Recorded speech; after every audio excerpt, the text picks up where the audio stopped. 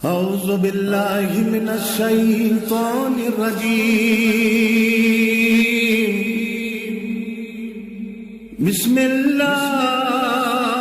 الرحمن الرحیم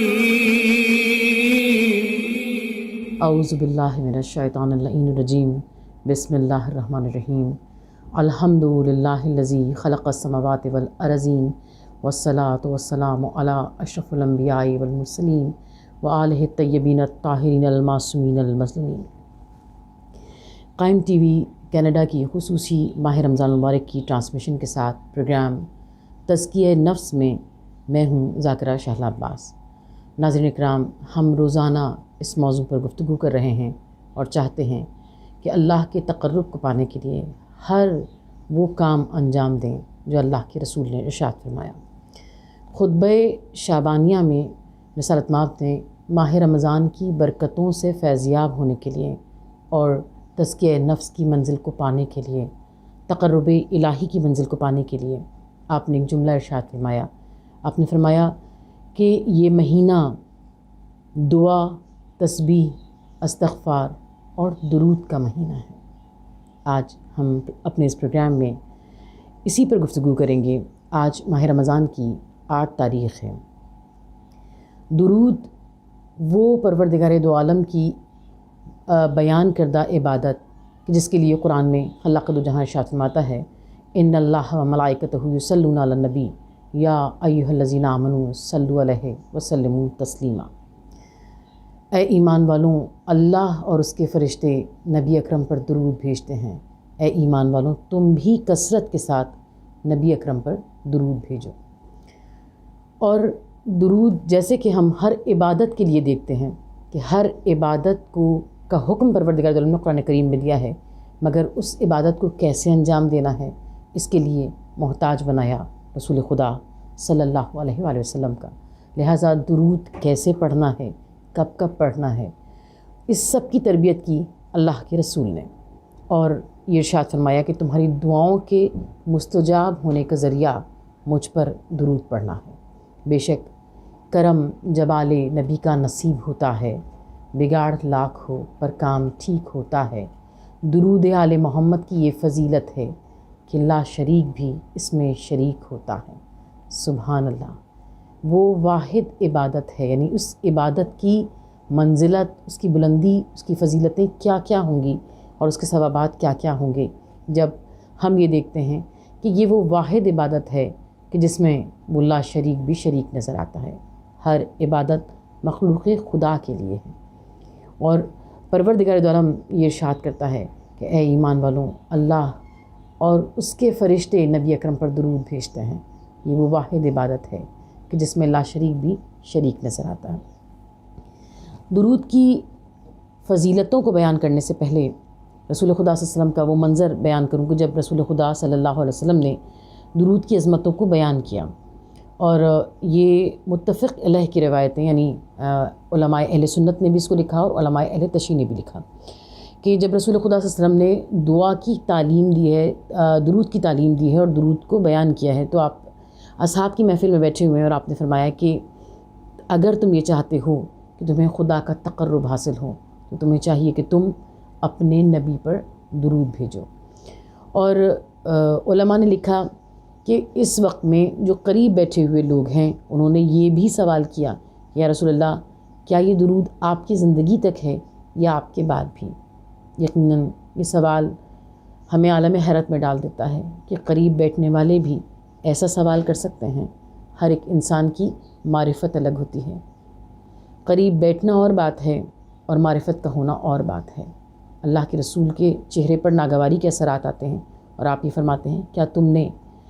یہ نہیں جانتے کہ پروردگار دو عالم کا یہ ارشاد ہے کہ نبی اپنی قبروں میں بھی زندہ رہتے ہیں، اور پھر اپنی جانب اشارہ کرتے ہیں کہ میں سردار انبیاء ہوں۔ یقیناً آپ پر درود آپ کی زندگی میں بھی ہے اور آپ کے بعد بھی ہے۔ پھر آپ درود کی فضیلتوں کو بیان کرتے ہیں اور اس کے ثوابات کو بیان کرتے ہیں، تو اس سے پہلے بہت تاکید کے ساتھ آپ کی یہ حدیث علماء اہل سنت اور علماء اہل تشیع دونوں نے لکھی کہ اللہ کے رسول نے ارشاد فرمایا کہ مجھ پر دم بریدہ درود نہ بھیجو، یہی الفاظ ہیں حدیث کے۔ آپ نے ارشاد فرمایا کہ مجھ پر ادھورا درود نہ بھیجو، اور جب لوگوں نے پوچھا کہ یا رسول اللہ ادھورا درود کیا ہے، تو آپ نے فرمایا کہ یعنی صرف مجھ پر درود نہ بھیجو، میری آل کو بھی اس میں شامل کرو۔ یہاں تمام عالم اسلام کو یہ بات یاد رکھنی چاہیے کہ اللہ کے رسول کے لیے پروردگار عالم نے قرآن میں گواہی دی ہے، وما ینطق عن الہوی ان ہوا الا وحی یوحی، رسول اپنی خواہش سے نہیں کہتا، وہ کہتا ہے جو خدا کہلوانا چاہتا ہے۔ آل کو کسی فرقے نے شامل نہیں کیا ہے رسول خدا صلی اللہ علیہ وسلم کے ساتھ۔ اللہ کے رسول یہ ارشاد کر رہے ہیں کہ مجھ پر ادھورا درود نہ بھیجو، مجھ پر مکمل درود بھیجو۔ اور لوگوں نے مکمل درود پوچھا تو آپ نے فرمایا مکمل درود یہ ہے کہ میرے ساتھ میری آل کو بھی اس میں شریک کرو۔ درود کے فضائل بیان کرنے سے پہلے ایک واقعہ نظر سماعت کروں کہ درود صرف رسالت مآب کی زندگی کے بعد سے آپ پر لوگوں نے نہیں پڑھا ہے، بلکہ جیسے ہم قصص الانبیاء میں پڑھتے ہیں کہ پروردگار دو عالم نے حضرت آدم کو اسمائے پنجتن تعلیم کیے تھے، اور ان اسمائے پنجتن کا صدقہ تھا جو حضرت آدم کی توبہ قبول ہوئی۔ خدا نے ہر نبی کو ان ہستیوں سے متعارف کرایا اور یہ بتایا کہ یہ میرے خاص بندے ہیں، ان کے صدقے سے میں نے ساری کائنات کو خلق کیا ہے۔ تو انبیاء رسالت مآب پر درود بھیجتے رہے ہیں، اور صرف انبیاء ہی نہیں بلکہ حضرت موسیٰ کے زمانے کا واقعہ کہ جب فرعین مصر احرام مصر بنوا رہے تھے، تو احرام مصر آج بھی عجائبات میں آتے ہیں۔ یقیناً اس وقت میں وہ سہولتیں نہیں تھیں، اس کے باوجود ان پیرامڈس کا بننا، تو اس وقت کے لیے لکھا گیا کہ جب احرام مصر تعمیر ہو رہا تھا اور تعمیر کے لیے سامان کو لے کر جب مزدور اوپر جایا کرتے تھے، تو اس وقت میں اگر کوئی گر جاتا تھا تو اس کی ہڈیاں چکنا چور ہو جاتی تھیں، اور ایسے عالم میں انہوں نے حضرت موسیٰ سے فریاد کی کہ اے موسیٰ آپ ہمیں کوئی دعا تعلیم کیجئے تاکہ جب ہم گرتے ہیں تو ہماری ہڈیاں نہ ٹوٹیں، کوئی ایسی دعا تعلیم کیجئے کہ ہمارا نقصان نہ ہو۔ تو حضرت موسیٰ نے درود تعلیم کیا اور کہا کہ پروردگار دو عالم کی جو خاص الخاص ہستی ہے، جس کے صدقے سے خلاق دو جہاں نے اس ساری کائنات کو خلق فرمایا ہے، ان پر اور ان کی آل پر درود بھیجو۔ اور تم اس درود کی عظمت کو دیکھو گے، جب تم درود بھیجو گے تو اس درود کی برکت سے تم گرو گے ضرور لیکن تمہارا کوئی نقصان نہیں ہوگا۔ اور پھر ان لوگوں نے دوبارہ فریاد کی کہ یا نبی اللہ، جب کوئی گرتا ہے تو اس کے حواس کہاں مجتمع رہتے ہیں، وہ کہاں اس قابل رہتا ہے کہ وہ اس دعا کو یاد رکھ سکے یا درود پڑھ سکے۔ تو آپ نے فرمایا کہ درود کی عظمتیں یہ ہیں کہ اگر وہ نہ پڑھ سکے تو جو اطراف میں لوگ موجود ہوں، جو اس کے محبت کرنے والے ہوں، جو اس کا بھلا چاہتے ہوں، وہ درود پڑھیں۔ اگر وہ درود پڑھیں گے تو یہ مشکل وقت اس شخص کے لیے آسان ہو جائے گا۔ اور وہ ہستیاں جو پروردگار کی بارگاہ میں بلند و بالا ہیں، جن کے صدقے سے خدا نے ساری کائنات کو خلق فرمایا ہے، ان کے پاک ناموں کا اور ان پر پڑھے جانے والے درود کا اثر یہ نظر آتا ہے کہ قصص الانبیاء نے لکھا کہ انہوں نے پھر آ کر حضرت موسیٰ سے کہا یا نبی اللہ، کیسی پیاری چیز آپ نے ہمیں تعلیم فرمائی ہے۔ یعنی اگر وہ بندہ خود بھی نہیں پڑھ پاتا اور دوسرے لوگ جو اس کے اطراف میں موجود ہوتے ہیں وہ پڑھتے ہیں، تو ان پاک ناموں کی برکت سے، اس درود کی برکت سے پروردگار دو عالم ہمیں اس مشکل وقت میں سہارا عطا کرتا ہے۔ رسالت مآب میں شتمہ ہے کہ جو مجھ پر ایک بار درود بھیجتا ہے اس پر اللہ 10 بار رحمتوں کو نازل فرماتا ہے۔ اور ائمہ طاہرین یہی چاہتے ہیں کہ بندگان خدا کے تقرب کو پالیں، اور اسی لیے ہمیں یہ نظر آتا ہے کہ وہ دعا جو امام زین العابدین علیہ السلام نے ماہ رمضان المبارک کے آمد پر آپ نے تعلیم کی ہے، اس دعا میں آپ نے 8 مرتبہ محمد اور آل محمد پر درود بھیجا ہے۔ آپ خود بھی محمد و آل محمد میں شامل ہیں، لیکن آپ گویا کہ اپنے محبت کرنے والوں کو، اپنے پیروکاروں کو یہ بات سمجھا رہے ہیں کہ دیکھو نبی پر اور ان کی آل پر درود بھیجنے سے خدا دعاؤں کو مستجاب کرتا ہے۔ آپ خود آل محمد ہیں، آپ خود ان ہستیوں میں شامل ہیں، لیکن آپ دعائے آمد رمضان میں آپ جب بار بار دعا کے ساتھ ساتھ یعنی چند جملے امام ارشاد فرماتے ہیں اور اس کے بعد پھر درود پڑھتے ہیں، یعنی 8 مرتبہ ایک دعا میں آپ نے درود پڑھ کر گویا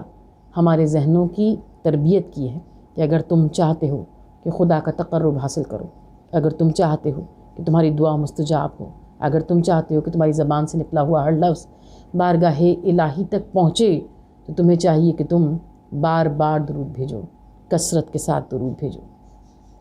پھر ایک واقعہ وہ نظر آتا ہے کہ جب امام زین الدین اسلام کے پاس ایک شخص آیا اور اس نے آ کر کہا کہ فرزند رسول، میں بہت گناہ گار ہوں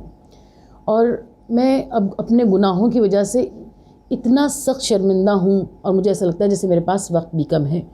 تو آپ مجھے کوئی ایسی دعا تعلیم کر دیجئے، ایسی کوئی چیز عنایت فرمائیے کہ جس سے کم وقت میں میرے بہت زیادہ گناہ دھل جائیں۔ اور مولا امام زین الدین اسلام نے ارشاد فرمایا کہ میں تمہیں ایک ایسی چیز تعلیم کروں جس سے بیک وقت ایک ہی وقت میں تمہارے گناہ بھی معاف ہوں اور تمہارا نامہ اعمال نیکیوں سے بھرتا چلا جائے۔ اس نے شوق کے عالم میں امام زین الدین اسلام سے پوچھا کہ مولا، کیا ایسی کوئی دعا، کوئی ایسی چیز ہو سکتی ہے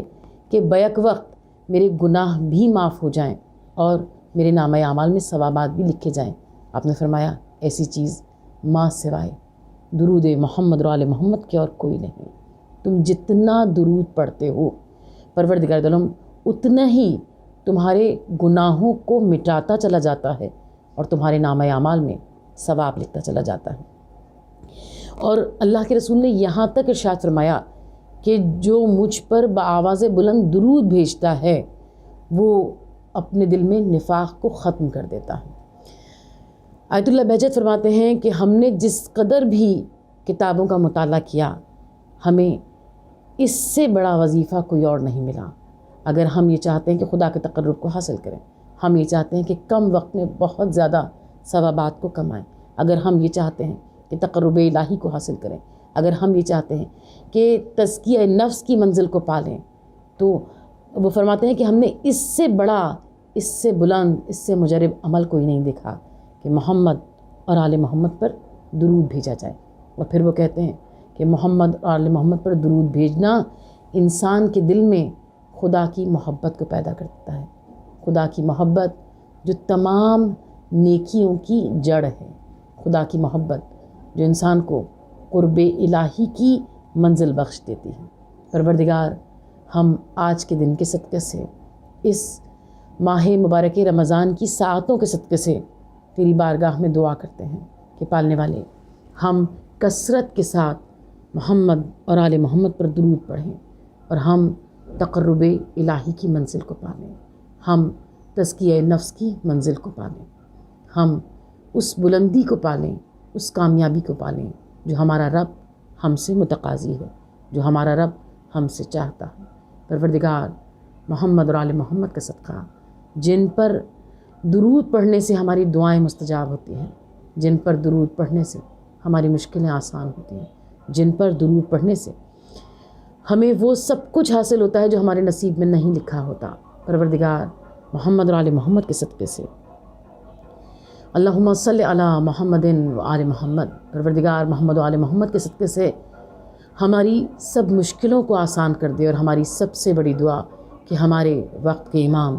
آقا امام زمان علیہ السلام کے ظہور میں تعجیل فرما، اور ہمارا شمار ان کے منتظرین اور ان کے ناصرین میں فرما۔ ربنا تقبل منا انک انت السمیع العلیم۔ اعوذ باللہ من الشیطان الرجیم، بسم اللہ الرحمن الرحیم۔ رمضان رمضان یوں قائم ہے، رمضان رمضان رمضان یوں قائم ہے، رمضان